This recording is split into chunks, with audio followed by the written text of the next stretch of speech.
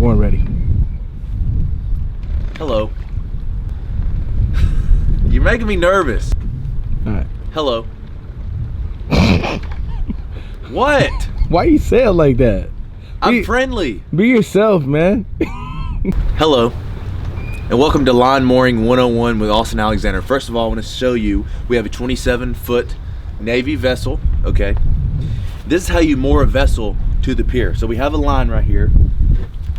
Of course, this is not a rope, this is not a string, this is not anything else but a line, okay?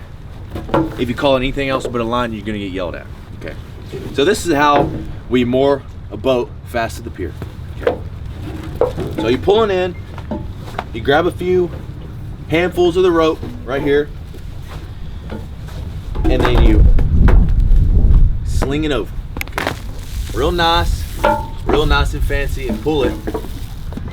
And I like to get an initial pull and yank it to the pier. When you do that, it sucks up real close to the pier and you can get it real nice and tight. Okay. Then you pull a little more. I like to pull a little slack right here. Keep pulling, keep pulling, keep pulling until it's pretty tight, okay? Now, keep in mind, this is called a fender. This is to protect the side of the vessel. So after you have that, you wrap it around your cleat. By the way, this is a cleat, this is a cleat, and then you will wrap it again in figure eights. I like to do it about 2 or 3 times to make sure that it's on there good enough. And then you take your line and you twist it. What this does is it lays this in. When you pull it, you cinch it down really tightly. And that's pretty much it. That's how you moor a vessel at the pier. Thanks for watching. This has been Vessel Mooring with Austen Alexander. Stay tuned. Good morning. Welcome back to the Prep Diaries, which is now the Prep Log. I changed the name because it sounds kind of weird. I'm here in downtown Anaheim. I decided to go for a very brisk jog instead of my normal morning treadmill walk / jog. So I try to keep my heart rate between 120 and 140. Doesn't matter what I'm doing for cardio. I could be swimming, I could be breathing heavy. I try to keep my heart rate between 120 or 140. So, oh, by the way, Disneyland's like right there. It's about 2 miles from our apartment, which is pretty awesome. Definitely need to get some bikes and ride down here. But later on in the day, you'll see me working out with one of my friends, Jack. He is going to the military. He's shipping off May 29th. So I'm trying to get in his head. I'm trying to motivate him for Navy boot camp. And later on in the video, I'm gonna show you what I'm doing for carb cycling. So I'm glad you're here. I'm glad you're rocking with me. So sit back, enjoy the video.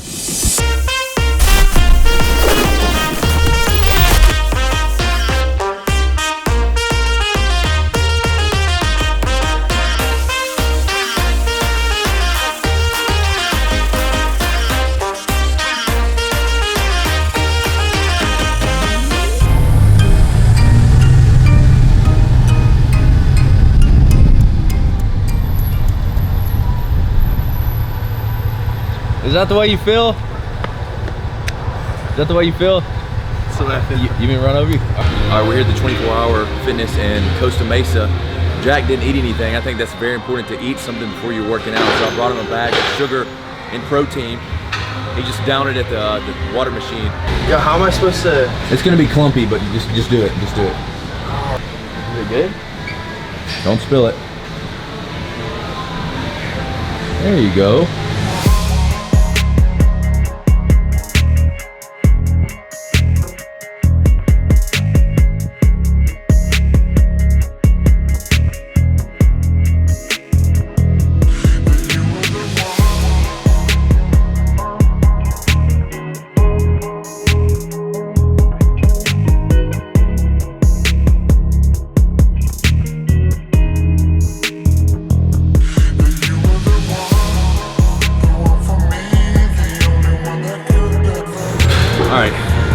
So if you learn one thing from this back workout, I'm gonna throw one tip in there for you. I see a lot of people that when they do dumbbell rows, they're just, all they're aiming for is to get the dumbbell up. So they're kind of going like this. They're jerking, they're doing whatever they can to just get the dumbbell up. What I want y'all to focus on, if you do dumbbell rows, is keeping the constant tension in your lat the entire time. So it's like you're cranking a lawnmower. Up, tension in that lat, in that lower lat right there. You really, really feel it. You're actually working the muscle instead of just jerking. You know what I'm saying? So try that a few times. Let me know how it feels for you. And maybe I can save your rotator cuff.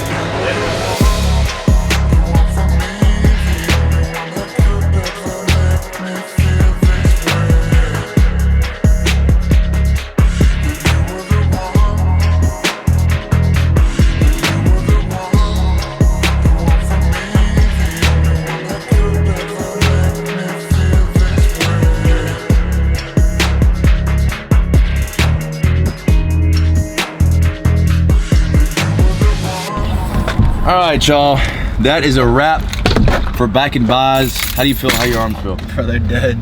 They're dead, dude. He's oh weak. My God. He's weak. Anyways, guys, all right, I'm gonna show you some things that I do with my diet. I'll see you shortly.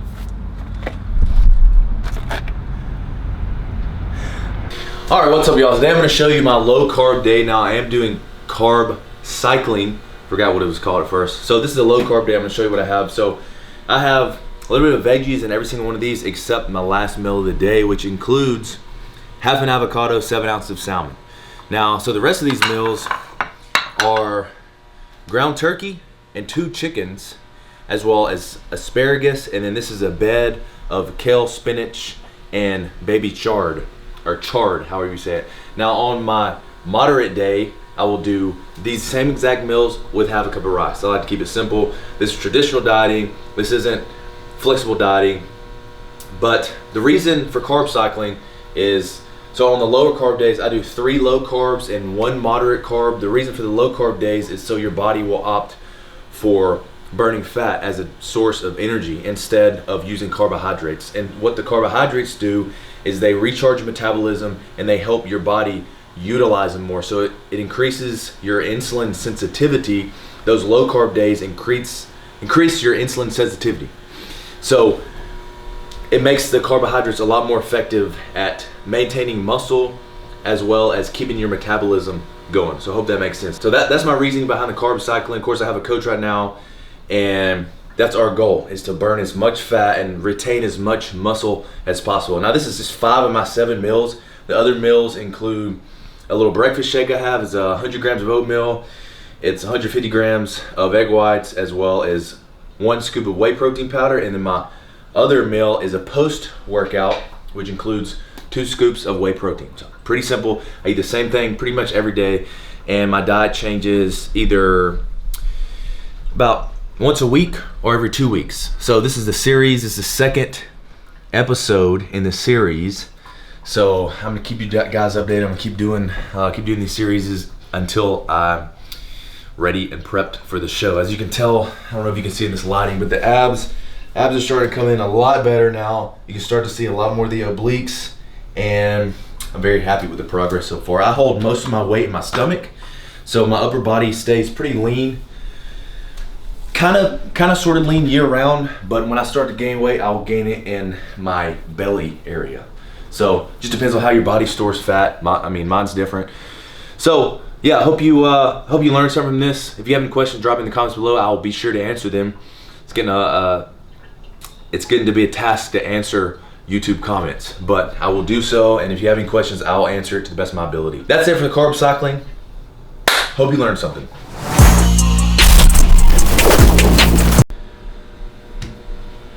Austen, what are you doing? Get off the counter. I gotta get a thumbnail. Let's get a thumbnail. Ready? Oh my gosh. Flex. You're ridiculous.